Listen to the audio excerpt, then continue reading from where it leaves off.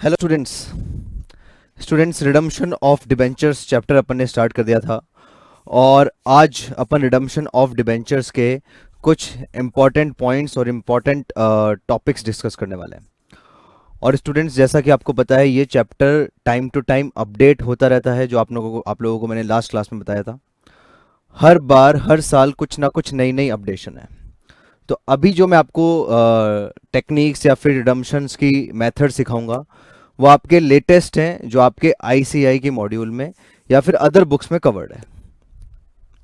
तो स्टूडेंट्स, आप इस लेक्चर को बहुत ध्यान से सुनेंगे, क्योंकि ये लेक्चर ऐसा है जो आपको बिल्कुल डेप्थ में हर एक चीज रिडम्पशन ऑफ डिबेंचर की बता देगा।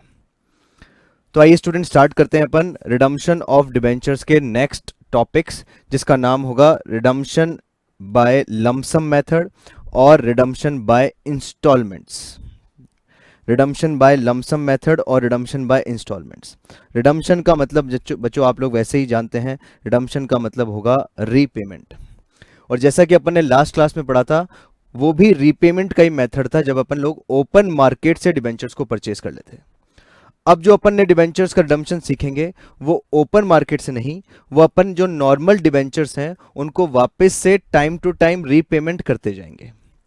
या तो इंस्टॉलमेंट में करेंगे, जैसे एग्जांपल के लिए मैं बताऊं आपको, इंस्टॉलमेंट में अगर 10 लाख रुपीस के टोटल डिबेंचर्स हैं, कितने, 10 लाख रुपीस के, तो हर साल 2-2 लाख रुपए उनको रिडीम कर देंगे। 2 लाख, 2 लाख और 2 लाख। और तो इसको बोलते हैं अपन ड्रॉ ऑफ लॉट्स, कि रैंडमली लॉटरी सिस्टम से जितने भी डिवेंचर होल्डर होंगे उनको अलग अलग टाइम पे 2-2 लाख रुपए का रीपेमेंट करके अपन 5 साल में 2-2 लाख रुपए चुका देंगे। या ये प्रोसीजर 3-4 साल बाद स्टार्ट होगा रीपेमेंट का। तो जैसा भी पेमेंट है आप इंस्टॉलमेंट में करेंगे। और लमसम मेथड में कोई एक पर्टिकुलर डेट पर पूरा का पूरा पैसा रीपे कर दिया जाएगा। ठीक है। तो स्टूडेंट्स, इशू करने में तो कोई रिक्वायरमेंट नहीं है, कोई प्रॉब्लम नहीं है। इशू करना it's a very easy task for a company. But जब रिडम्पशन की बात आती है, तो रिडम्पशन में कई कंपनीज एक्ट के सेक्शन अप्लाई हो जाते हैं उसके अंदर। और कंपनी एक्ट के सेक्शन बोलते हैं कि आपको डिबेंचर रिडम्पशन रिजर्व और डिबेंचर रिडम्पशन रिजर्व इन्वेस्टमेंट के प्रोविजंस का भी फुलफिलमेंट करना पड़ेगा। तो माय डियर स्टूडेंट्स, आज अपन यही डिस्कस करने वाले हैं कि कितने अमाउंट का डीआरआई या फिर डीआरआर, डीआरआई मतलब डिबेंचर रिडम्पशन इन्वेस्टमेंट और डीआरआर का मतलब डिबेंचर रिडम्पशन रिजर्व, कितना अमाउंट का बनाना है, कौन सी कंपनीज कब बनाती है, क्यों बनाती है, कौन सी डेट को बनाती है और कितना परसेंट बनाती है, ये सभी आज के लेक्चर्स में अपन डिस्कस करने वाले हैं। तो स्टूडेंट्स, मेरी बात को आप लोग हर पॉइंट को ध्यान से सुनेंगे। जो आपके प्रोविजंस हैं वो बहुत इंपॉर्टेंट है, और हर छोटे छोटा प्रोविजंस अपन इस क्लास में पूरा कंप्लीट करने वाले हैं। कितना परसेंट का डीआरआर बनेगा, कितना परसेंट का डीआरआरआई बनेगा, डिबेंचर रिडम्पशन रिजर्व इन्वेस्टमेंट बनेगा, और इनको क्यों बनाया जाता है, क्यों कंपनी को जरूरत पड़ी कि इनको बनाया जाए। ठीक है। तो आइए बच्चों, सुनते हैं सबसे पहले अपन कि डीआरआर का प्रोविजन क्या है और डीआरआर क्या बोलता है। ध्यान से सुनेंगे आप लोग। डिबेंचर रिडम्पशन रिजर्व, टॉपिक है डिबेंचर रिडम्पशन रिजर्व। अगर कंपनी इंस्टॉलमेंट पेमेंट में या लमसम पेमेंट से रिडम्पशन करती है, तो आपको डीआरआर और डीआरआई का प्रोविजंस भी फुलफिल करना पड़ेगा। ये टॉपिक है। तो स्टूडेंट्स, अब पहली बात, डीआरआर कितना बनाना है और किन को बनाना है और क्या रीजन है डीआरआर बनाने का, तो आप लोग सुनेंगे। देखो, पहली बात कि डीआरआर बनाने की जरूरत क्यों पड़ी, क्यों डिबेंचर रिडम्पशन रिजर्व बनाया जा रहा है। स्टूडेंट्स, अगर आप डिबेंचर्स को इशू करते हैं, अगर आप डिबेंचर्स को इशू करते हैं, तो इशू करने पर आप उनसे पैसा ले लेते हो। तो डिबेंचर होल्डर्स को एक सिक्योरिटी चाहिए कि हाँ जी, आपके पास सफिशिएंट पैसा रिजर्व में रहे और उस रिजर्व से आप पैसे को चुका दो उनके टाइम टू टाइम। दोबारा सुनिए, कि डिबेंचर होल्डर्स के पास में एक सिक्योरिटी रहे कि आपके पास सफिशिएंट रिजर्व है हर साल और उनके पैसों को कोई हार्म नहीं होगा, इसलिए हर साल कुछ ना कुछ पैसा मैं रिजर्व में ट्रांसफर करता जाऊंगा। अब रिजर्व में ट्रांसफर करने का मतलब ये नहीं है कि आपके पास कैश हो गया। जैसे मान लीजिए आपने रिजर्व में पैसा ट्रांसफर करा, sir PNL account debit to DRR. आपने रिजर्व में पैसा ट्रांसफर करा, सर पीएनएल से पैसा डेबिट करके अपन ने डीआरआर में पैसा ट्रांसफर कर दिया। बट स्टूडेंट्स ध्यान रखना कि ये जो डीआरआर में पैसा आपने ट्रांसफर किया है ये कैश नहीं है, ये आपने एक मनी का जस्ट ट्रांसफर किया है कि प्रॉफिट शेयर होल्डर में डिस्ट्रीब्यूट ना होके हम एक डिबेंचर होल्डर का सेफर साइड बना के हमने एक रिजर्व में ट्रांसफर कर दिया और रिजर्व में पैसा चला गया, जिससे एक सिक्योरिटी हो गई कि हाँ डिबेंचर होल्डर्स को आप पैसा चुकाने के लिए आपके पास रिजर्व है। तो ये प्रोविजन बनाया गया। ठीक है। ऐसे ही अगर मैं बात करूं आपको डिबेंचर रिडम्पशन रिजर्व इन्वेस्टमेंट का, ये एक कैश है, ये कैश पोर्शन है। ये क्या बोलता है कि आप कुछ मिनिमम पैसा हर साल से 15% हर साल आप इन्वेस्ट करो केवल डिबेंचर को रिडम्पशन करने के पर्पज से। उससे क्या होगा कि जैसे ही आपके रिडम्पशन करने की बारी आएगी तो आप इन इन्वेस्टमेंट को बेच दोगे, इनसे आपके पास कैश आ जाएगा और कैश से आप उनको रीपे कर दोगे। तो ये भी प्रोविजन है, ये भी कंपल्सरीली बनाना पड़ेगा। ये कंपनीज एक्ट में लिखा हुआ है। अगर नहीं बनाए ये दोनों चीजें तो कंपनी के अगेंस्ट में एक्शन हो सकते हैं और कंपनी को इमीडिएटली वापस से सारे के सारे hand to hand with interest सारे डिबेंचर्स को रिडीम करना पड़ सकता है। वो कंपनी के लिए बहुत बड़ा हार्म हो जाएगा उस केस में। आई बात समझ में? तो डीआरआर क्यों बना रहे हैं बच्चों? जिससे कंपनी को एक रिजर्व मिल जाए और डिबेंचर होल्डर्स को एक सिक्योरिटी मिल जाए कि हाँ हमारे लिए अलग से रिजर्व बनाया जा रहा है और हमारे लिए अलग से पैसा रखा हुआ है, हमको जब रीपेमेंट की बारी आएगी तो हमारा इसमें रीपेमेंट हो जाएगा। ठीक है। डेट्स वगैरह आगे डिस्कस करते हैं और कंपनीज वगैरह आगे डिस्कस करते हैं कि किन कंपनीज को डीआरआई बनाना, डीआरआर और डीआरआई बनाना है और कितना परसेंट का बनाना है। चलें आगे। तो आइए देखो बच्चों, अपन रेफरेंस लेते हैं आगे कि कितना कितना परसेंट और किन किन कंपनीज को बनाना है, चेक करते हैं। देखो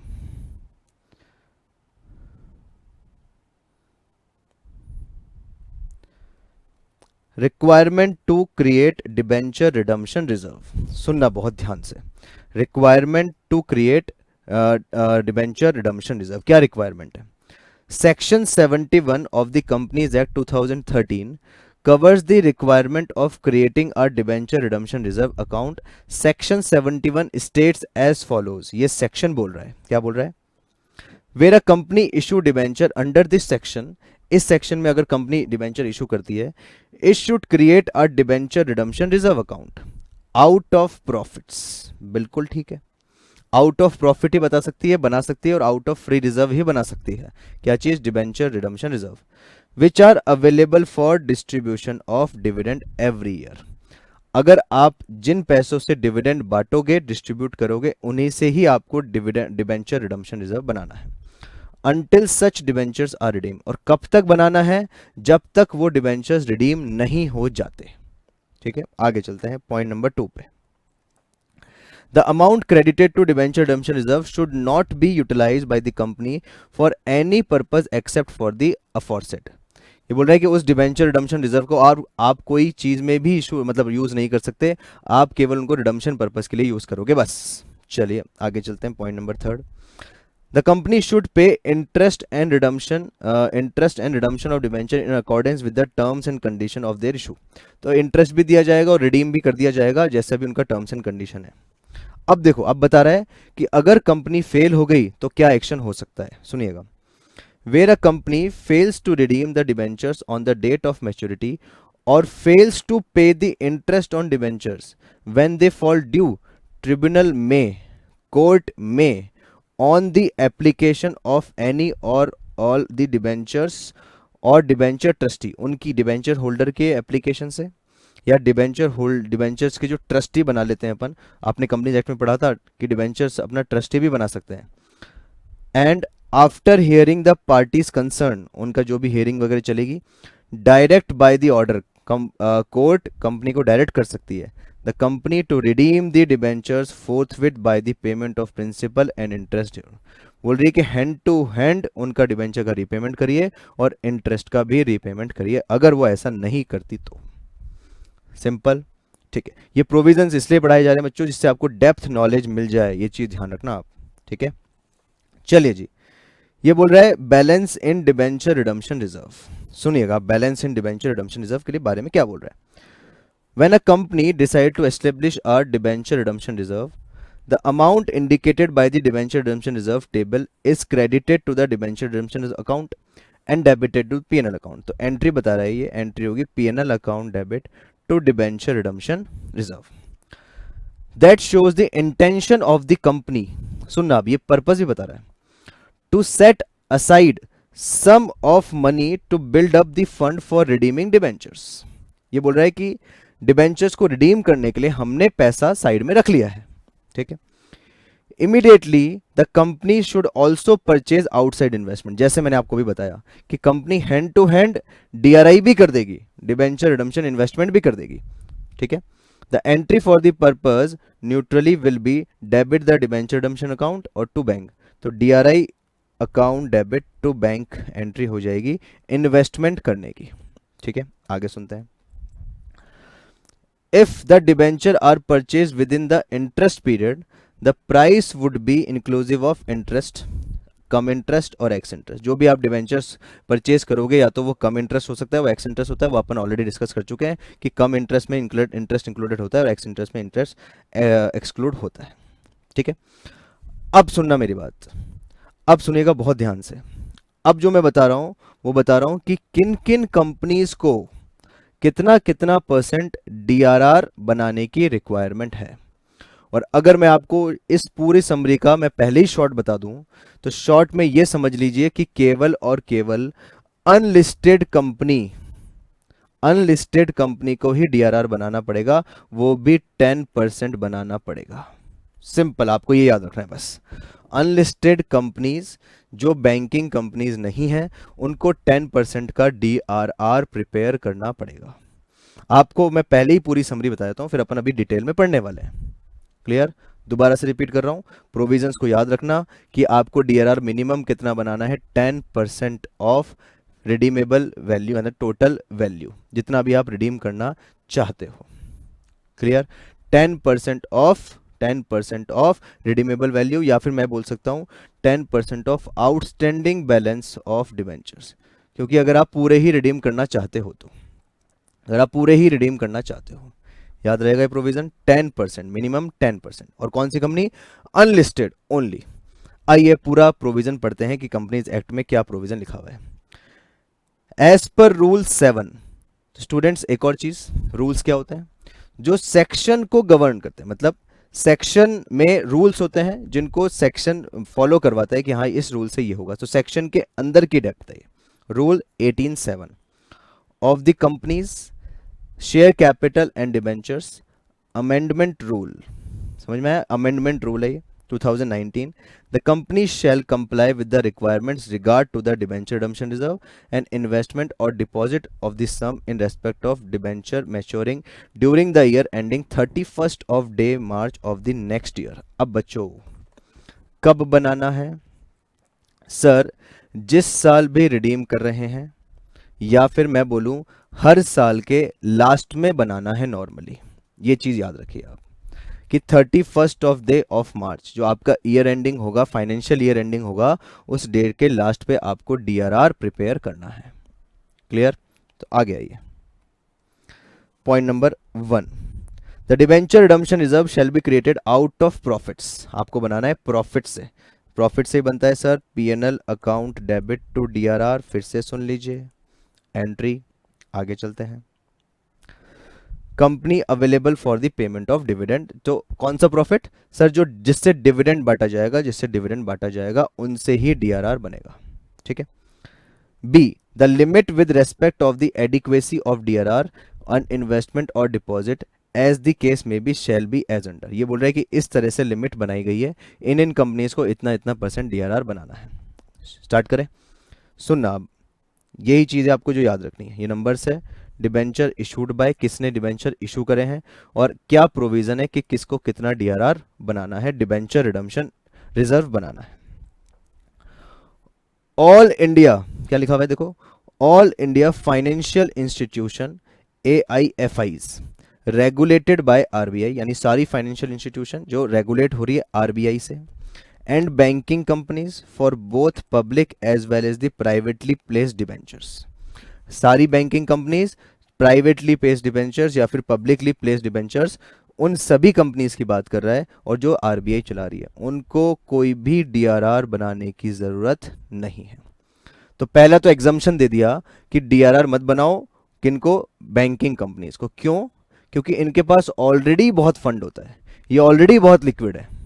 ठीक है, क्योंकि बैंक्स के पास तो पैसों की भरमार है, तो डीआरआर की जरूरत ही नहीं है। इनके पास ऐसा नहीं हो सकता कि पैसों की शॉर्टेज हो जाए, और आरबीआई इनको सपोर्ट करने के लिए है ही। सेकंड, दूसरा भी बोल रहा है financial institutions, other financial institution with the meaning of clause 72 of section 2 of the Companies Act। जो 72 में mentioned financial institutions है उनको भी ये exempt कर रहा है। देखो बच्चों, DRR will be as applicable to NBFC registered with the RBI as per 3 below। ये 3 की बात कर रहा है। अब 3 वालों को भी DRR की जरूरत नहीं है, तो इसका मतलब इनके केस में भी नो DRR ही है, सेम ही है बस। आगे देखिए, for listed companies other than AIFS banking companies as specified in the SR number above। और भी listed companies, अदर सारी listed companies जो AIFS नहीं है, AIFI नहीं है और बैंकिंग कंपनी नहीं है। दूसरा, A all listed NBFC। लो सर, एनबीएफसी को भी बनाने की जरूरत नहीं है, no DRR is required. Registered with RBI under 45(1)(a), the RBI Act listed HFC Housing Finance Corporation companies and Housing National Housing Bank for both public and privately placed debentures। उनको भी DRR बनाने की requirement नहीं है, नहीं है, नहीं है। तो इसका मतलब ये हो गया स्टूडेंट, सिंपल सा बात है कि सारी बैंकिंग कंपनीज जो आरबीआई चला रहा है, अदर फाइनेंशियल इंस्टीट्यूशन जो 72 सेक्शन 2 में इंक्लूडेड है, दूसरा सारी लिस्टेड कंपनीज जो बैंकिंग नहीं है, जो एआईएफआई नहीं है, और दूसरा एनबीएफसी को भी इसने एग्जाम्प्ट कर दिया है, उनको भी डीआरआर बनाने की जरूरत नहीं है। आगे आइए, B other listed companies for both public as well as the privately placed debentures, उनको भी डीआरआर बनाने की जरूरत नहीं है according to current amendments. Fourth आ जाओ, for unlisted companies other than AIFIs and banking companies specified in the this, और लास्ट में ए, मतलब इन सबको बनाने की जरूरत नहीं है। आगे आइए, all unlisted NBFCs with RBI, पहले तो इसने बात करी थी लिस्टेड की, ये देखो लिस्टेड को भी बनाने की रिक्वायरमेंट नहीं है, और अनलिस्टेड को भी रिक्वायर्ड नहीं है बनाने की, नो डीआरआर रिक्वायर्ड। अब जो बनाना पड़ेगा जिनको, वो एक ही कंपनीज है, जैसा मैंने आपको स्टार्टिंग में बताया था, other unlisted companies DRR shall be 10% of the value of the outstanding debenture issued. Outstanding debenture issued यानी उस डेट पर जितने डिबेंचर हैं, जैसे मान लीजिए आपके 10 लाख के डिबेंचर इशूड हैं और ये आउटस्टैंडिंग है, तो 10 लाख का 10% आप बना देंगे, विच इज 1 लाख रुपीज। ये आपका डीआरआर बन जाएगा, PNL account debit to DRR. बच्चों 100% क्लैरिटी होनी चाहिए, क्योंकि ये टॉपिक ऐसा है कि जो आपको याद रखना पड़ेगा, और कोई बात नहीं है इसके अंदर। ठीक है, 100% क्लियर। ये डीआरआर का रिक्वायरमेंट था, एक बार और रिपीट कर देता हूं, सब चीज़ें भूल जाओ, ना बैंकिंग कंपनी ना एनबीएफसी, इन सबको, लिस्टेड कंपनी दुनिया में जितनी भी लिस्टेड कंपनी है उनको भी नहीं बनाना, केवल एक ही कंपनी को बनाना है, other unlisted companies, other unlisted companies. और अनलिस्टेड कंपनी देखो यहाँ पे एसआर नंबर 1 में भी है, और भी है यहाँ पे अनलिस्टेड कंपनीज। ठीक है, तो और अनलिस्टेड को नहीं बनाना, केवल और केवल अदर अनलिस्टेड कंपनी को बनाना है, जो एनबीएफसी नहीं है और अदर फाइनेंशियल इंस्टीट्यूशंस। आगे बात समझ में? चलिए बच्चों, तो अदर अनलिस्टेड कंपनीज को ही आपको 10% का डीआरआर बनाना है, ऊपर वाली जितनी भी कंपनीज है उनको नहीं बनाना है। तो क्वेश्चन आते ही आप लोग समझ जाएंगे कि हाँ जी ये कौन सी कंपनीज है, इनमें फॉल नहीं हो रही, अगर 10% क्राइटेरिया में हो रही है तो उस पर 10% डीआरआर आप प्रिपेयर कर देंगे। चले आगे, तो आइए सुनते हैं next point, investment of debenture redemption reserve amount, यानी DRRI, डिबेंचर रिडम्पशन इन्वेस्टमेंट। अब बच्चों मैं आपको इसकी भी पहले से लिमिट बता देता हूँ। पहले तो इसकी जो मिनिमम लिमिट है वो है 15%। सुनना ध्यान से, डी आर आई आपको मिनिमम 15% प्रिपेयर करना पड़ेगा। और डेट भी सुन लीजिए, डेट भी इसकी फिक्स है वैसे तो। कब करना पड़ेगा सर? जैसे मान लीजिए मैं 31 मार्च 2020 को रिडीम कर रहा हूं, तो इससे पहले जो 30 अप्रैल आएगी, इससे पहले 30 अप्रैल कब आएगी सर? 30 अप्रैल आएगी 2019 में। 30 अप्रैल कब आएगी? 2019 में आएगी। तो आपको 30 अप्रैल या उससे पहले, 30 अप्रैल 2019 या उससे पहले आपको DRRI का इन्वेस्टमेंट करना पड़ेगा, इन्वेस्टमेंट अमाउंट करना पड़ेगा। और वो भी कितना परसेंट? 15%। दोबारा से सुन लीजिए पूरी डेट। पहला तो मिनिमम हो गया आपका 15%, ठीक है। सेकेंड केस, जिस साल भी रिडीम कर रहे हैं उससे पहले जो 30 अप्रैल आ रही है उस डेट को या उससे पहले कभी भी आप इन्वेस्ट कर सकते हो। अब इसने ये नहीं बोला कि उसी डेट पे करना है, उससे पहले कभी भी कर सकते हो। अब जैसे मान लीजिए, मैं एग्जांपल के लिए आपको बताऊं, मान लीजिए मैं इशू कर रहा हूं डिबेंचर्स 1 जनवरी 2018 को, और रिडीम करूंगा मैं 31 मार्च 2030 को, ठीक है, 12 साल बाद। तो अब ये नहीं बोल रहा कि 2030 से पहले बनाओ, कोई प्रॉब्लम नहीं है, आप 2018 से भी बनाना स्टार्ट कर सकते हो। 2018 में बनाओ, 19 में बनाओ, 20 में बनाओ, कोई प्रॉब्लम नहीं है, आप कभी भी इन्वेस्ट कर सकते हो।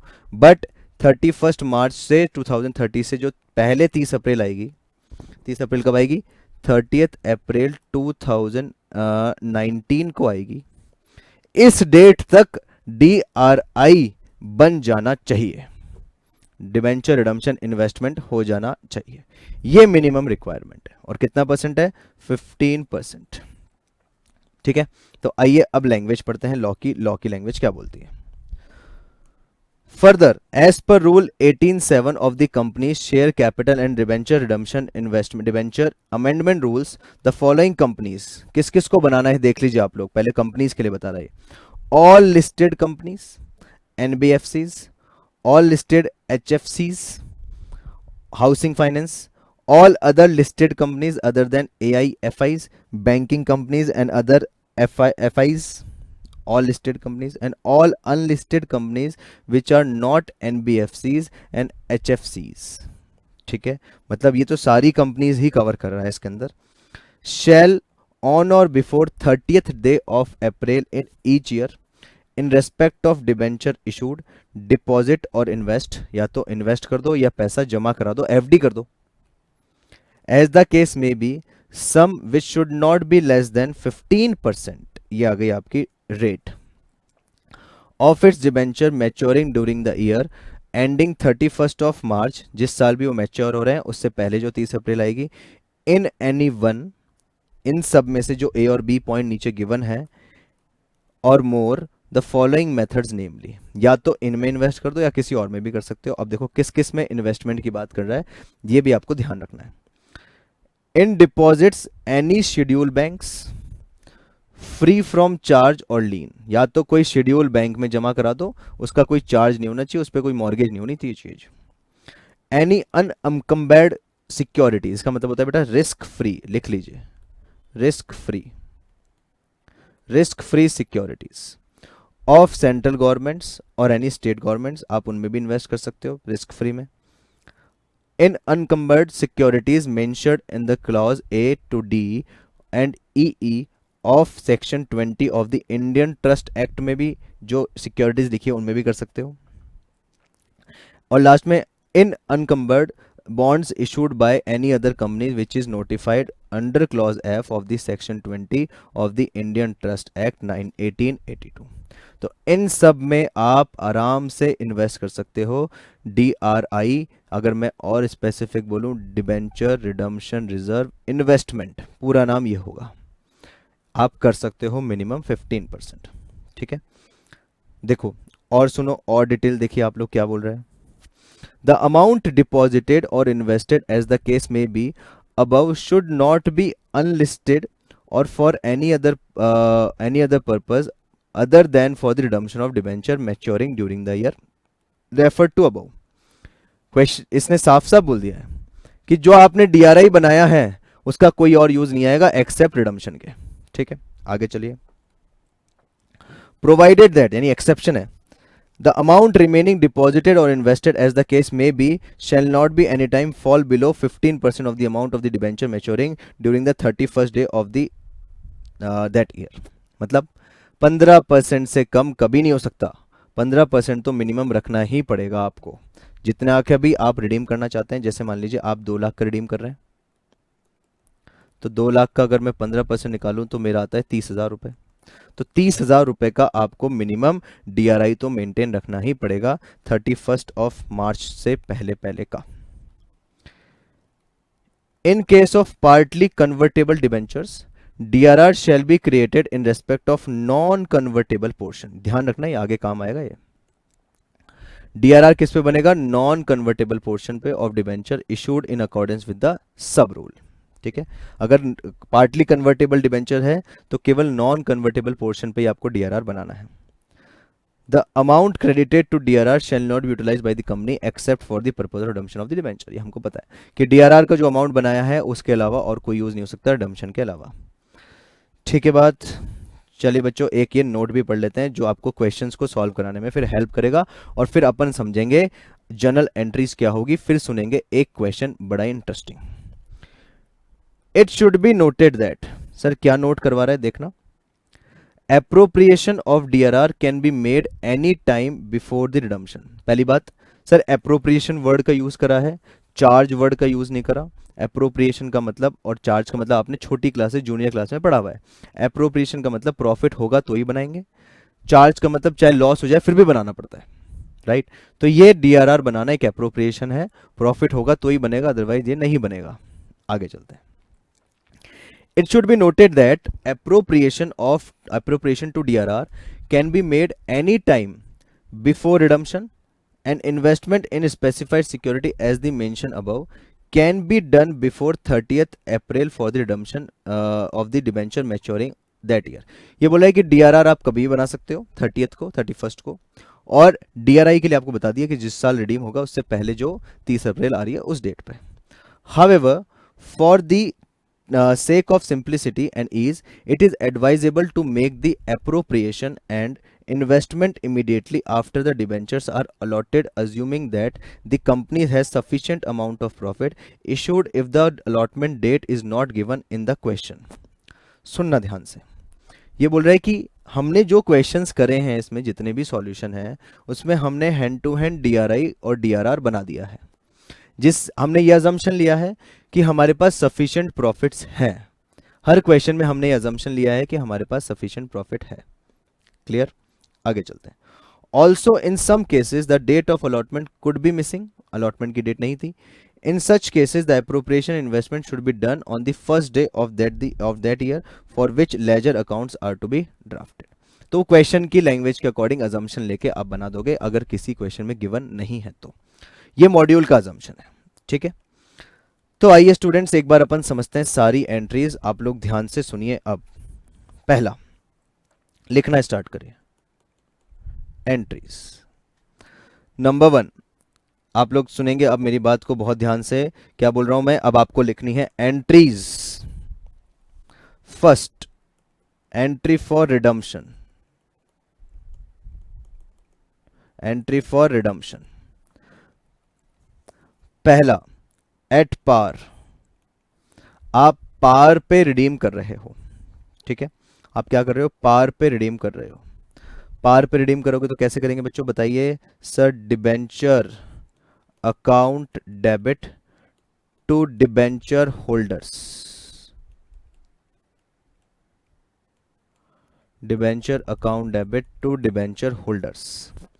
दूसरी entry, debenture holders account debit to bank account, debenture holders account debit to bank account, ठीक है। प्रोविजंस, सारे के सारे जो प्रोविजंस आज पढ़े हैं अपन ने वो सब के सब अभी क्वेश्चन से आपको 100% क्लियर हो जाएंगे, और उनको आप याद भी कर लेना क्योंकि वो कंपनीज एक्ट के प्रोविजन है। तो अपन ने पढ़ी पहले रिडम्पशन की entry at par, debenture account debit to debenture holder और डिबेंचर होल्डर टू बैंक। चले आगे, फिर लिखिए एट प्रीमियम। आपने प्रीमियम पे रिडीम किया है, तो प्रीमियम पे रिडीम करोगे तो आपको लॉस होगा। तो एंट्री क्या होगी, देखो, debenture account debit, premium on redemption account debit to debenture holders, debenture account debit, premium on redemption account debit to debenture holders. दूसरा, मान लीजिए अगर मैं इसमें मालूम कि 10 रुपए का डिबेंचर को हम 11 रुपए पे पे कर रहे हैं, तो यहाँ पे आ जाएगा 10, प्रीमियम में आ जाएगा 1 और टोटल डिबेंचर होल्डर में आ जाएगा 11। और debenture holders account debit to bank account 11 और 11, debenture holders account debit to bank 11 और 11। क्लियर? तो ये तो होती है आपकी रिडम्पशन की एंट्री, चाहे पार पे करो या प्रीमियम पे करो। चले आगे, तो आइए अपन करते हैं अब सेकेंड एंट्री। एंट्री नंबर 2 लिखना है आपको साथ साथ स्टूडेंट्स। एंट्री नंबर 2 लिखिए, entry for DRR, debenture redemption reserve. Debenture redemption reserve की पहले भी अपन एंट्री सीख चुके हैं, फिर से लिख लीजिए आप प्रॉपर तरीके से। Profit and loss account debit to DRR, या फिर statement of PNL account debit, ऐसे भी लिख सकते हो, statement of PNL account debit to DRR. जितना भी आपको बनाना है, 10% की लिमिट आपको पता है ये बात। थर्ड आइए, थर्ड एंट्री फॉर डीआरआर के बाद में एंट्री फॉर, बताइए स्टूडेंट्स क्या sir, D R R I, debenture redemption reserve investment. ठीक है, आपने इन्वेस्टमेंट कर दिया है, कितना, मिनिमम 15%, और जिस दिन रिडीम कर रहे हैं उससे पहले जो 30 अप्रैल आएगी उस डेट पर हो जाना चाहिए। तो एंट्री करो sir, D R R I यानी investment account debit to bank, तो ये कर रहे हैं हम, D R R I account debit to bank. और आपको पता है किस किस में कर सकते हैं, D R R I account debit to bank.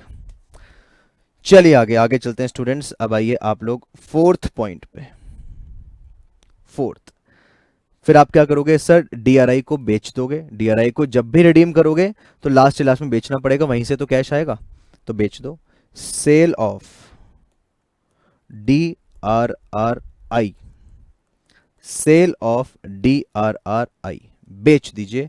Entry क्या होगी स्टूडेंट्स, बताइए, bank account debit to D R R I account, D R R I account, जो आपने इन्वेस्टमेंट को बेच दिया है, सोल्ड आउट कर दिया है। ठीक है, क्लियर?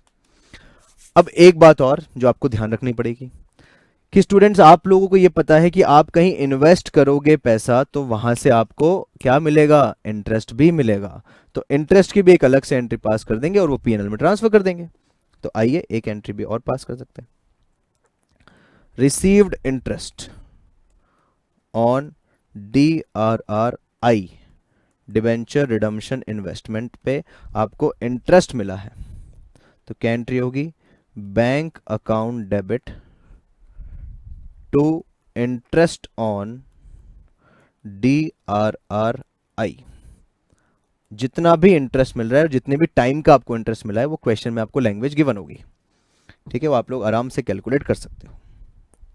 डन। तो अपन ने किस किस की एंट्री सीख ली सर, पहले रिडम्पशन एट पार और एट प्रीमियम, फिर हमने सीखा सर कि हमने बनाना सीखा डीआरआर, फिर हमने सीखा डीआरआरआई, डिबेंचर रिडम्पशन रिजर्व इन्वेस्टमेंट, फिर बेचा हमने, और फिर जो डिबेंचर रिडम्पशन रिजर्व का इन्वेस्टमेंट था उस पर आपको इंटरेस्ट भी मिला है। आइए लास्ट, सुनना आप ध्यान से, जितना भी आपका डीआरआर में बैलेंस होगा, जैसे ही रिडम्पशन पूरा हो गया, जैसे ही रिडम्पशन की प्रोसीडिंग्स कंप्लीट हो चुकी है, रिडम्पशन कंप्लीट हो चुका है, डिबेंचर को उनका पैसा मिल चुका है, तो जितना भी डीआरआर में पैसा होगा वो वापस से फ्री रिजर्व में ट्रांसफर हो जाएगा, यानी जनरल रिजर्व में ट्रांसफर हो जाएगा एट द वेरी एंड। तो लिखिए, entry for transferring DRR to free reserve, वापस से free reserve, entry for transferring DRR to free reserve क्या होगी बताइए स्टूडेंट्स। डीआरआर का जो पैसा है वो फ्री रिजर्व में ट्रांसफर हो जाएगा। अपन ये बोल सकते हैं, ब्रैकेट में लिख दीजिए, जनरल रिजर्व में ट्रांसफर हो जाएगा। तो एंट्री बन जाएगी आपकी debenture redemption reserve account debit to general reserve, to general reserve. DRR पहले क्रेडिट था, डेबिट कर दिया, और अब जनरल रिजर्व में ट्रांसफर कर दिया उसको क्रेडिट करके जनरल रिजर्व को। तो ये थी आपकी सारी एंट्रीज जो आपके हर क्वेश्चन में आपको काम आएगी आगे। ठीक है, तो आइए स्टूडेंट्स अब अपन करेंगे एक अच्छा सा क्वेश्चन जिससे आपका जो आज भी अपन ने टॉपिक पढ़ा है वो सब के सब आपको 100% क्लियर हो जाए। ठीक है, आइए सुनते हैं। आइए आप लोग क्वेश्चन नंबर 2 पे, मैं रीड कर रहा हूं पूरा क्वेश्चन, आप लोग ध्यान से सुनेंगे और वही मेथड होगा। पहले अपन एंट्रीज बनाएंगे, चाहे अपन वर्किंग नोट में बनाएं पर एंट्रीज बनाएंगे जिससे आपको लर्न हो जाए। एग्जाम में अगर अकाउंट बनाने को आते हैं तो आप आराम से अकाउंट बना पाए क्योंकि एंट्रीज आपको आए तो। चलिए आइए अपन चलते हैं अब इलस्ट्रेशन नंबर 2 पे। सुने ध्यान से, देखते हैं बच्चों क्या बोल रहा है इलस्ट्रेशन, पूरी बात सुनिएगा, एक एक point. The following balances appear in the books of a company unlisted. Provision दिमाग में घूमना चाहिए कि हाँ सर अनलिस्टेड का प्रोविजन था, डीआरआर बनाना था 10%, बट वो देखो अदर अनलिस्टेड कंपनी है क्या। अनलिस्टेड कंपनीज अदर देन, खुद ही बोल रहा है sir other than AIFIs, banking companies and NBFCs और HFCs। तो बच्चों खुद ही क्वेश्चन ने बोल दिया है, तो क्या इस पे 10% का प्रोविजन लगना चाहिए? बिल्कुल लगना चाहिए। आगे सुनते हैं, और कुछ बात तो नहीं बोल रहा। एज ऑन December 31st 2001 या 2011, 6% मॉर्गेज, 10% डिबेंचर ऑफ ₹100 ईच। इनके पास पहले से ही ये बैलेंस था डिबेंचर्स का। Debenture redemption reserve for redemption of debenture, ये भी पहले से बैलेंस था, कितना सर 50,000 रुपए का। Investment in deposit with the schedule bank, sir DRI भी इन्होंने पहले बनाया था, फ्री फ्रॉम एनी चार्ज, और यही तो होना चाहिए, यही प्रोविजन था कि इतना पैसा इन्वेस्ट करो 15% और वो फ्री ऑफ चार्ज भी होना चाहिए, उसके अगेंस्ट में कोई सिक्योरिटी नहीं होनी चाहिए। और लीन 1,50,000 at the interest of 4% per annum, receivable on 31st of December every year. अब उस पर इंटरेस्ट भी मिलता है, कब मिलता है? दिसंबर में मिलता है 4% के हिसाब से। Next, bank balance with the companies is 9 lakh. Companies का बैंक बैलेंस गिवन है 9 लाख रुपए का। कोई प्रॉब्लम नहीं है सर, अभी कर देंगे, देखो सॉल्व, बहुत इजी क्वेश्चन लगेगा अभी हमको। The interest on debenture has been paid up to 31st of December 2001, interest भी देना है 31st दिसंबर 2001 को। ऑन February 28, 2002 या 2012, the investment were realised, investment को बेच दिया गया।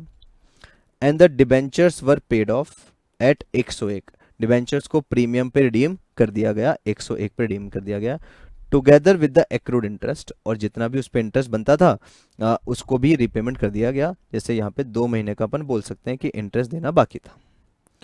Right up the concern ledger account excluding bank transaction, ignore taxation. आपको सारे लेजर अकाउंट बनाने हैं और लेजर अकाउंट बनाने के साथ साथ आपको हर एक चीज़ को फॉलो करना है और बैंक अकाउंट के एक्सक्लूड करना है, मतलब एक्सक्लूडिंग बैंक ट्रांजेक्शन एक्सक्लूड करना है, और टैक्सेशन भी आपको एक्सक्लूड करना है। चलिए बच्चों, तो जैसा कि बच्चों आप लोगों को पता है कि अपन सबसे पहले इसमें जो करेंगे वो करेंगे अपन एंट्रीज। तो आइए अपन एंट्रीज पास करते हैं और फिर अपन बनाएंगे सारे लेजर अकाउंट जैसा क्वेश्चन ने बोला है। पहले अपन बिना एंट्रीज नहीं करेंगे, ध्यान रखिएगा आप लोग। एंट्रीज डेट वाइज, ठीक है। अब जैसा कि आपको DRR का प्रोविजन पता है कि DRR मिनिमम बनाना होता है 10%, DRR मिनिमम बनाना होता है 10%। अब देखिए आप लोग प्रोविजन क्या है सर, टोटल मिला के जो डिबेंचर्स हैं वो है 10,000 इंटू 100, वो है आपके 10 लाख रुपीज के। तो 10 लाख रुपीज का फर्स्ट आप लोग डेट डालिए यहाँ पे 1st of January 2002, 1 जनवरी को मैं एंट्री पास कर रहा हूं किस बात की सर, DRR की, यानी फर्स्ट डे पर 10,000 इंटू 100। तो बच्चों लिखो, देखो साथ साथ में यहाँ पे आप छोटा सा वर्किंग नोट बना लीजिए। 10,000 इंटू 100 हो गया है आपका 10 लाख रुपीज। अब 10 लाख रुपीज का आप 10% बना देंगे। सर 10% क्यों? क्योंकि ये अदर वाली कंपनीज है, अदर अनलिस्टेड कंपनीज है, और क्वेश्चन ने साफ साफ बोल दिया है other than AIFIs, banking companies and NBFCs and HFCs। तो इन कंपनीज को तो 10% बनाना ही था ना, तो 10 लाख का 10% प्रिपेयर कर देंगे, वो होना चाहिए 1 लाख। अब पहले से कितना बना हुआ है DRR वो चेक करो। Debenture redemption reserve for redemption of debenture is 50,000 rupees. तो डिबेंचर्स का जो रिडम्पशन हुआ है उस पे कितना रुपए का बनाएंगे हम? 50,000 का पहले से ही बना हुआ है। तो माय डियर स्टूडेंट्स अब और बना देंगे अपन फर्स्ट डेट को ही, 1 जनवरी को ही हम बना देंगे। क्या बनाएंगे बताओ बच्चों? Sir statement of PNL account debit to DRR। जैसा कि पहले भी इसने बोला था कि हम स्टार्टिंग वाली डेट पर ही DRR बना देंगे, एंड वाली डेट का वेट नहीं करेंगे।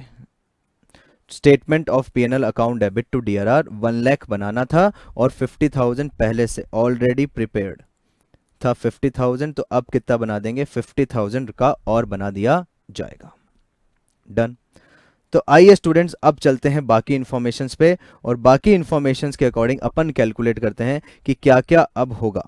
सर अब आते हैं हम लास्ट डेट पर, वो है आपकी 28 फरवरी 2002 पर। लास्ट डे पर बहुत सारी चीजें होगी। अब लास्ट डे पर आप लोग इन्वेस्टमेंट को बेच दोगे।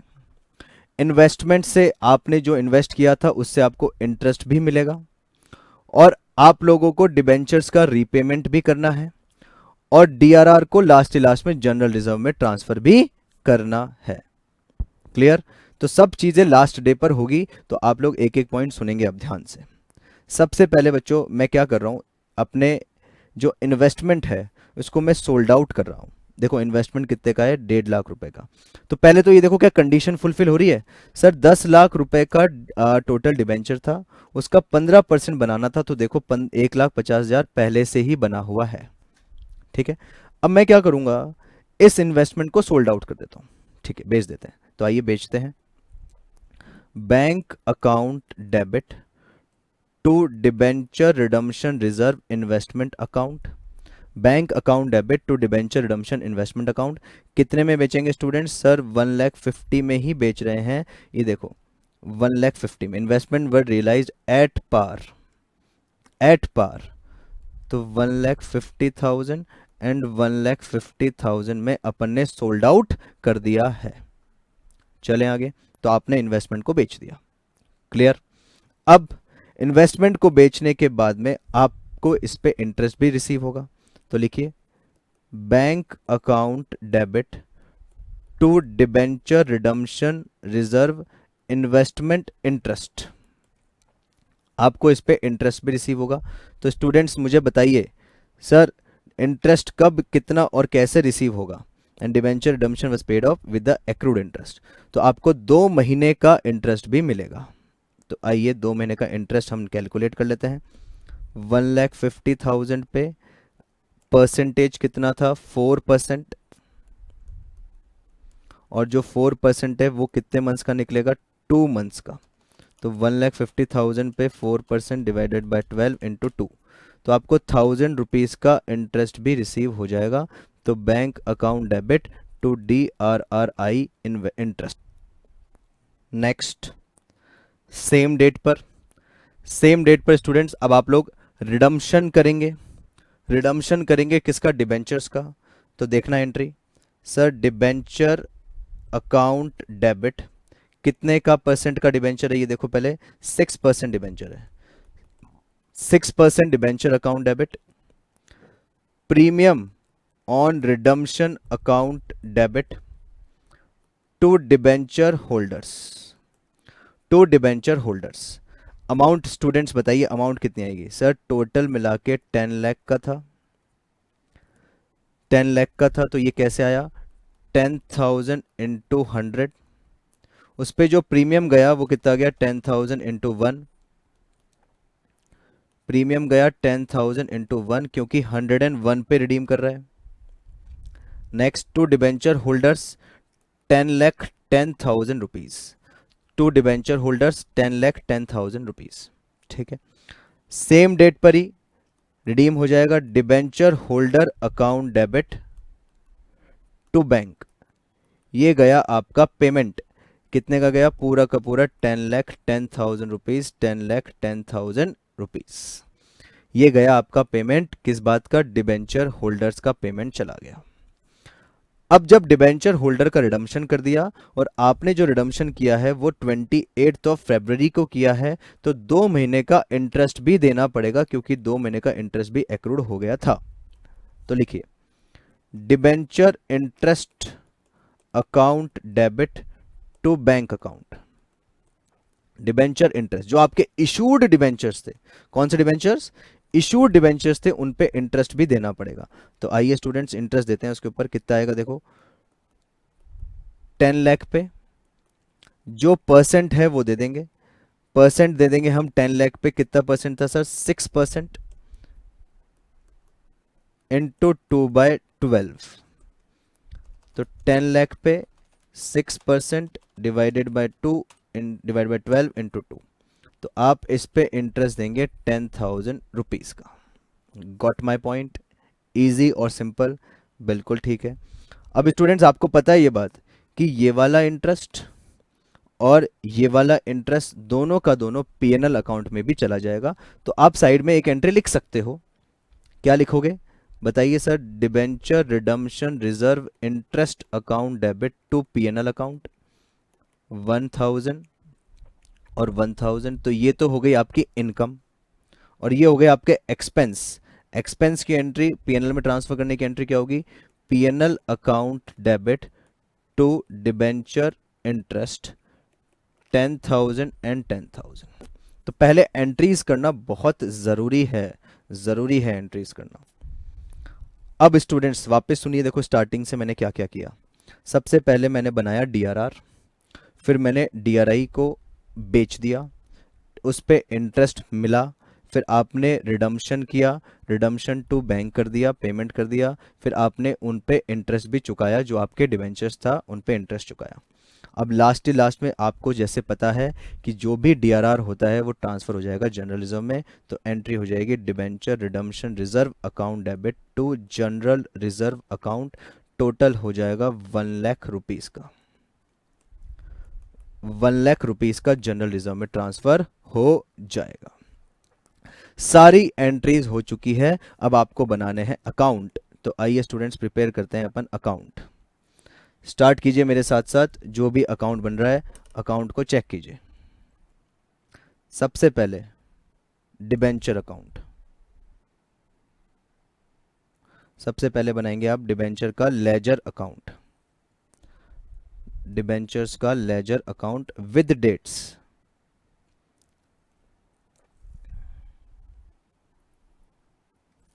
विद डेट्स,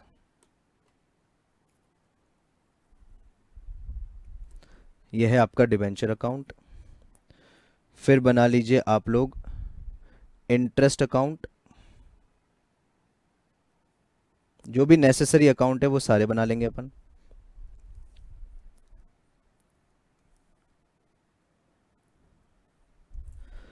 फिर बना लीजिए एक बैंक अकाउंट,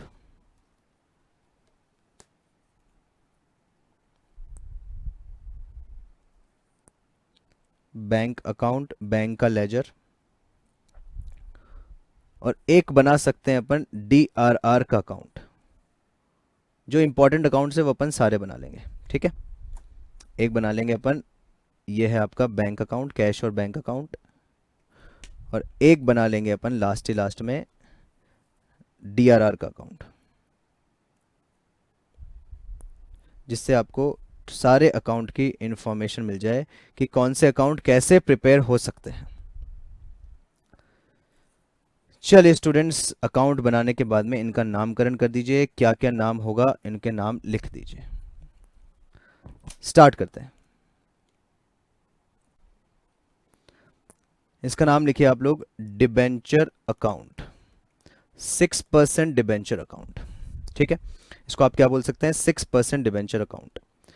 6% डिबेंचर अकाउंट के बाद में हमने बनाया है ये वाला अकाउंट जिसका नाम होगा debenture redemption investment account, investment account. फिर हम बोल सकते हैं नेक्स्ट अकाउंट के बारे में। अच्छा चलो, ये अपने लास्ट के अकाउंट्स थे, अपन ने पहले बनाया था डिबेंचर अकाउंट, तो अपन पहले उसमें लिख लेते हैं, ये बैंक अकाउंट होगा आप लोगों का। तो ये हो गया स्टूडेंट्स बैंक अकाउंट, स्टार्टिंग से लिख लेते हैं, चलिए स्टार्टिंग से लिख लेते हैं। सबसे पहले मैं बोलता हूँ ये मेरा है 6% डिबेंचर अकाउंट, ये है मेरा 6% डिबेंचर अकाउंट। 6% डिबेंचर अकाउंट जो आपने बनाया है, उसके बाद में आप बना लीजिए इसका दूसरा अकाउंट जिसका नाम होगा इंटरेस्ट अकाउंट, या फिर इंटरेस्ट अकाउंट अपन ऊपर ही बना सकते हैं। इसको आप लोग नाम दे दीजिए डिबेंचर रिडम्पशन रिजर्व या फिर डिबेंचर रिडम्पशन इन्वेस्टमेंट अकाउंट, कुछ भी बोल सकते हैं। तो अपन बना लेते हैं इसका debenture redemption reserve investment account. ठीक है, फिर प्रिपेयर करते हैं अपन बैंक अकाउंट। फिर लास्ट में एक अकाउंट और प्रिपेयर कर लेते हैं डीआरआर। अगर और रिक्वायरमेंट पड़ी तो अपन और अकाउंट भी बना सकते हैं। ठीक है बात। चलिए जी, आते हैं स्टार्टिंग से, अब एंट्रीज देखते हैं। पहले तो इनके बैलेंसेस लिखते हैं अपन सबसे पहले। ठीक है, 6% डिबेंचर का बैलेंस था सर 10 लाख रुपीज, और ये अपना क्रेडिट बैलेंस था। तो आप लोग कहाँ लिखेंगे, क्रेडिट में। यहाँ पे डेट के कॉलम में डेट लिखेंगे सबसे पहले। डेट थी ये 31 दिसंबर, या फिर मैं नेक्स्ट जनवरी वाली डेट डाल देता हूँ, फर्स्ट ऑफ जनवरी 2002। आप लोग लिखेंगे यहाँ पे balance, by balance brought down 10 lakh rupees और 10 लाख रुपीज। ऐसे ही इन्वेस्टमेंट का बैलेंस लिखिए, 1 जनवरी 2002 को to balance brought down, investment का बैलेंस आ जाएगा सर, इन्वेस्टमेंट का बैलेंस था आपका 1,50,000 का, विच इज 15% ऑलरेडी। फिर बैंक का बैलेंस भी था क्या, चेक करो। Yes, there is a bank balance also which is 9 lakh rupees. तो यहाँ लिखिए 1 जनवरी 2002 to balance brought down, bank का बैलेंस था 9 लाख रुपए का, बैंक का बैलेंस था 9 लाख रुपए का। क्या डीआरआर का भी बैलेंस था, बिल्कुल था। 1 जनवरी को by balance brought down, DRR का भी बैलेंस था कितना, 50,000। तो जिनके भी बैलेंसेस थे उनका मैंने अकाउंट ओपन कर दिया है सबसे पहले। मेरे पास 4 बैलेंसेस गिवन थे और मैंने चारों का अकाउंट ओपन कर दिया है। डन हो गई बात। चलें आगे और सुनते हैं। अब आते हैं, अपन कहीं नहीं देखना, अपन को सिर्फ एंट्रीज देखनी है बच्चों, और एंट्रीज से 100% क्लैरिटी आपकी आ जाएगी। देखिए सबसे पहले एंट्री नंबर 1 आपने किया है PNL account debit to DRR. तो डीआरआर में आप लिख दीजिए बाय पीएनएल, यस और नो। बाय 1 जनवरी को बाय पीएनएल 50,000 का डीआरआर आपने और बना दिया है। ये क्लियर हो गई बात, ठीक है सर, कोई प्रॉब्लम नहीं है। नेक्स्ट आइए, नेक्स्ट एंट्री देखते हैं। फिर students bank account debit to DRRI, यानी आपने इन्वेस्टमेंट को बेच दिया है। तो ये रहा आपका डिबेंचर रिडम्पशन इन्वेस्टमेंट। 28 Feb को आपने बाय बैंक लिख देंगे यहाँ पे। 1,50,000 का आपने डिबेंचर को बेच दिया है, और ये एंट्री आपकी हो गई खत्म। यस और no. Bank account debit to DRRI, और बैंक में भी जाएगा, बिल्कुल जाएगा। क्या लिखेंगे यहाँ पे, to debenture redemption reserve investment account. 1,50,000 rupees में आपने 28 Feb 2002 को सोल्ड आउट कर दिया था। नेसेसरी लेजर अकाउंट बनाने हैं तो बहुत इजी है बनाना एंट्रीज के बाद में। नेक्स्ट आइए, नेक्स्ट सुनते हैं। अब स्टूडेंट्स आपने डीआरआई को बेचा है और डीआरआई पे आपको इंटरेस्ट भी मिला है, तो बैंक अकाउंट के तो डेबिट में आ जाएगा और इंटरेस्ट का अकाउंट अलग से ओपन हो जाएगा। तो आइए बना लेते हैं एक बैंक अकाउंट में लिख दीजिए टू साइड में, to debenture redemption reserve investment interest ₹1000 और एक इंटरेस्ट का अलग से अकाउंट बना लो, मैं यहाँ पे बना लेता हूँ, debenture redemption reserve interest account, interest account. तो कहाँ पे होगी स्टूडेंट्स, 28 को इसकी एंट्री हो जाएगी बाय साइड में, by bank, by bank account, ₹1000।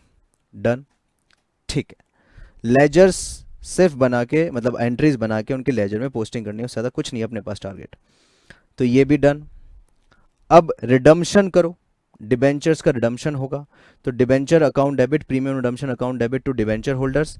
तो आइए अपन डिबेंचर अकाउंट में आते हैं, 6% डिबेंचर अकाउंट में, और यहाँ लिखते हैं 28 को, 28 2002 को, to debenture holders 10 lakh rupees, to debenture holders 10 lakh rupees, account closed. Debenture holders में आएगा 10 लाख रुपीज़, और प्रीमियम ऑन रिडम्पशन का अलग से अकाउंट ओपन हो जाएगा, प्रीमियम ऑन रिडम्पशन अकाउंट। और प्रीमियम ऑन रिडम्पशन आपका क्या हो रहा है माय डियर स्टूडेंट्स, बताइए। सर आपका हो रहा है ये डेबिट, तो क्या लिखेंगे सर, प्रीमियम ऑन रिडम्पशन में लिख देंगे टू बैंक। आपने प्रीमियम ऑन रिडम्पशन दिया है 10,000 रुपीज़ का 28 को। ये हो गई आपकी ledger posting premium on redemption की टू बैंक, कितना, 10,000 रुपीज़ का। जर्नल एंट्रीज की लेजर पोस्टिंग की बात हो रही है सिर्फ। चलिए आगे चलते हैं। अब डिबेंचर होल्डर्स टू बैंक, तो आपने डिबेंचर होल्डर्स तो अकाउंट नहीं बनाया, बैंक में तो लिख सकते हो, बाय साइड में लिख दो, डिबेंचर होल्डर्स की जरूरत नहीं है बनाने की। 28 को बाय डिबेंचर्स अकाउंट और by premium on redemption account. 10 lakh rupees का तो डिबेंचर्स, और प्रीमियम जा रहा है 10,000 रुपीज़ का, और प्रीमियम जा रहा है आपका 10,000 रुपीज़ का। दोबारा, 10 लाख रुपीज़ का तो डिबेंचर्स का पैसा, और प्रीमियम गया बाय साइड में 10,000 रुपीज़ का। नेक्स्ट आइए, एंट्रीज पे आइए, सुनते हैं नेक्स्ट एंट्री। सर ये हो गया डिबेंचर होल्डर टू बैंक, अब सिर्फ दो एंट्री बाकी है, डिबेंचर इंटरेस्ट टू बैंक। तो डिबेंचर इंटरेस्ट टू बैंक, तो डिबेंचर इंटरेस्ट का एक अलग से अकाउंट खोल लीजिए, छोटा सा अकाउंट बना लीजिए एक, debenture interest account, debenture interest account के डेबिट में लिख दीजिए 28 को, क्या लिखेंगे यहाँ पे, to bank account 10,000 rupees, to bank account 10,000 rupees, और बैंक में आ जाएगा बाय साइड में 28 को बाय डिबेंचर इंटरेस्ट, जो आपने 10,000 का पेमेंट किया था वो इंटरेस्ट। All done. अब लास्ट में आइए स्टूडेंट्स, लास्ट में आपका एक एंट्री बची है, डीआरआर टू जनरल रिजर्व। जो भी डीआरआर का पैसा था उसको जनरल रिजर्व में आपने ट्रांसफर कर दिया है, तो डीआरआर का अकाउंट ये रहा। तो 28 को आपका आ जाएगा 2002 को टू जनरल रिजर्व, पूरा का पूरा 1 लाख रुपीज़ जनरल रिजर्व में चला जाएगा, और ये अकाउंट हो जाएगा आपका क्लोज, क्लोज। अब स्टार्टिंग टू एंड चेक करेंगे, लास्ट ही लास्ट में कौन कौन से अकाउंट ओपन है उनको क्लोज कर देंगे, दैट्स इट। चेक करो, देखो सबसे पहले डिबेंचर अकाउंट्स डन, बचा आपका डिबेंचर रिडम्पशन रिजर्व इन्वेस्टमेंट का इंटरेस्ट अकाउंट, इन्वेस्टमेंट का इंटरेस्ट अकाउंट, इसको ट्रांसफर कर देंगे 28 को टू पीएनएल में, ये पीएनएल में गया और अकाउंट क्लोज हो गया। ऐसे ही प्रीमियम ऑन रिडम्पशन को भी आप पीएनएल में ट्रांसफर कर दोगे 28 को, क्योंकि आपके लिए लॉस है, ये भी आपका पीएनएल में ट्रांसफर हो जाएगा बाय पीएनएल 10,000 रुपीज़, ये अकाउंट हो गया close. Debenture redemption reserve investment close automatically हो गया क्योंकि पूरा बिक चुका था। बैंक अकाउंट का बैलेंस निकालो, देखो कितना बाकी है, 9 लाख का पहले से था, 1,50,000 plus 1,000 minus 10 lakh minus 10,000 minus 10,000, तो बैंक का बैलेंस बचा है by balance carried down 31,000 rupees का, अकाउंट क्लोज, ये भी क्लियर। नेक्स्ट आइए, debenture redemption reserve already close हो चुका है, फिर बचा आपका डिबेंचर इंटरेस्ट, तो आपको कुछ नहीं करना, बाय पीएनएल में इसको ट्रांसफर कर देना है। डेट लिख दीजिएगा 28 फेब को 10,000 रुपीज़ पीएनएल में ट्रांसफर हो गया डिबेंचर इंटरेस्ट, और कहानी खत्म हो गई। तो बच्चों अगर ये क्वेश्चन आपको 100% क्लियर हुआ है तो वो एक ही रीजन है उसके पीछे, वो उसके पीछे एंट्रीज रीजन है। एंट्रीज नहीं करते, याद नहीं रहती, तो ये लेजर भी समझ में नहीं आते अपन को। एंट्रीज कर लोगे तो बहुत इजी हो जाएंगे सारे। ठीक है, तो अपन ने लास्ट लेक्चर में पढ़ा था अपन ने ओपन मार्केट से परचेज करना, और इसमें अपन ने सीखा डीआरआर और डीआरआई के सारे प्रोविजंस। स्टूडेंट्स आपको पूरे प्रोविजन फिर से रिवाइज करने चाहिए, और जो भी डाउट हो आप लोग मुझे नेक्स्ट क्लास में डिस्कस कर लेना। ठीक है, चलें आगे। तो अब अपन को नेक्स्ट क्वेश्चन करना है, और अपन नेक्स्ट क्लास से अपन स्टार्ट करेंगे। ठीक है, thank you so much and bye bye.